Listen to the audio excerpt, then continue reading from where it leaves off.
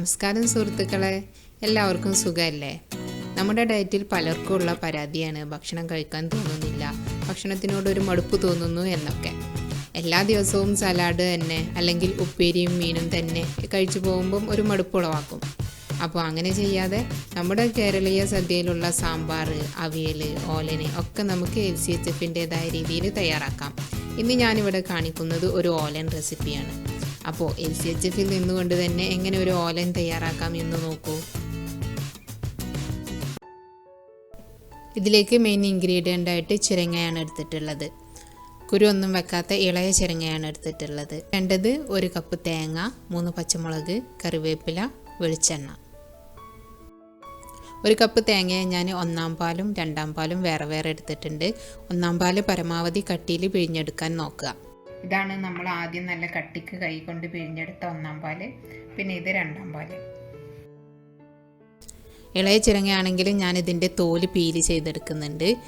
ചിലർക്ക് ഇളയ ചിരങ്ങൻ്റെ തോല് കടിക്കുന്നത് ഒരു ടേസ്റ്റായിട്ട് തോന്നും, ഇഷ്ടമായിട്ട് തോന്നും. അങ്ങനെയാണെങ്കിൽ നിങ്ങൾ കളയണ്ട. ഇനി ഇത് ചെറുതാക്കി മുറിച്ചെടുക്കാം. ചിരങ്ങ വാങ്ങിക്കുമ്പോൾ നഖം കൊണ്ട് ഒന്ന് ഓട്ടി നോക്കിയിട്ട് ഇളയതാണെന്ന് ഉറപ്പ് വരുത്തിയിട്ട് വാങ്ങിച്ചാൽ മതി.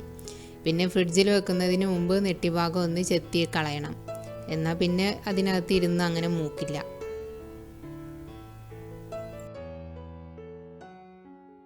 മുറിച്ചെടുത്ത് കഴിഞ്ഞതിനെ നമുക്കൊരു പാത്രത്തിലേക്ക് മാറ്റാം. ഇനി ഇതിലേക്ക് 3 പച്ചമുളക് കീറി ചേർത്ത് കൊടുക്കാം.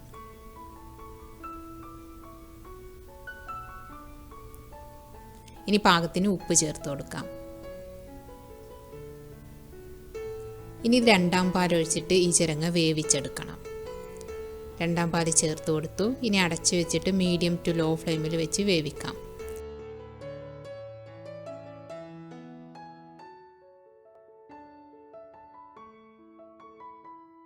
ഇടയ്ക്കൊന്ന് തുറന്ന് ഇളക്കി കൊടുക്കാൻ മറക്കരുത് കേട്ടോ.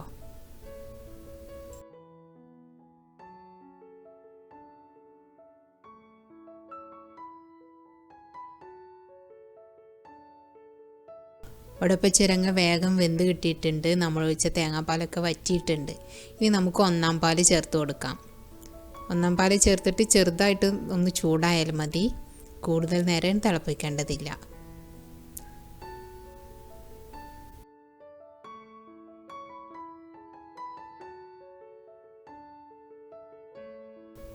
നന്നായിട്ടൊന്ന് മിക്സ് ചെയ്ത് കൊടുക്കാം.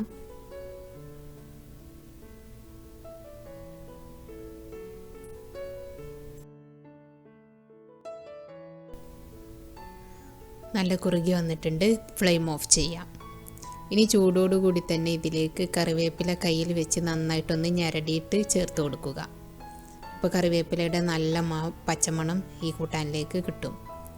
ഇനി പച്ച വെളിച്ചെണ്ണ ചേർത്ത് കൊടുക്കാം.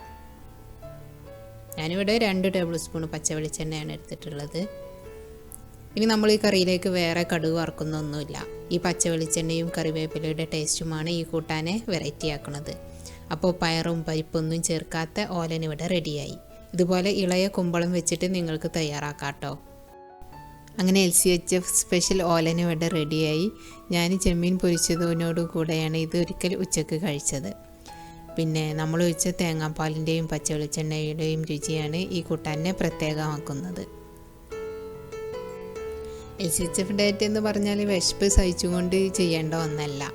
നല്ല വായ്ക്ക് രുചിയായിട്ടുള്ള ഭക്ഷണങ്ങൾ നമുക്ക് ഉണ്ടാക്കി കഴിക്കാവുന്നതാണ്. പിന്നെ എല്ലാ ദിവസവും ഉപ്പേരി തന്നെ ആക്കാതെ ഇതുപോലെ ഓലനോ അവിയലോ സാമ്പാറോ ഒക്കെ തയ്യാറാക്കി കഴിക്കാം. ഓലനോ അവിയലൊക്കെ തനിച്ച് കഴിക്കാം കേട്ടോ. സാമ്പാർ നല്ല കുറുക്കി വെച്ചിട്ട് കോളിഫ്ലവർ റൈസിൻ്റെ കൂടെ കഴിച്ചാൽ മതി. എല്ലാവരും ഇത് ഉറപ്പായി ഉണ്ടാക്കി നോക്കണം. എന്നിട്ട് കഴിച്ചിട്ട് നിങ്ങളുടെ അഭിപ്രായങ്ങൾ അറിയിക്കാൻ മറക്കരുത്. അപ്പോൾ ഇതുവരെ സപ്പോർട്ട് ചെയ്ത എല്ലാ സുഹൃത്തുക്കൾക്കും ഒരുപാട് നന്ദി. അടുത്ത വീഡിയോയിൽ നമുക്ക് വീണ്ടും കാണാം.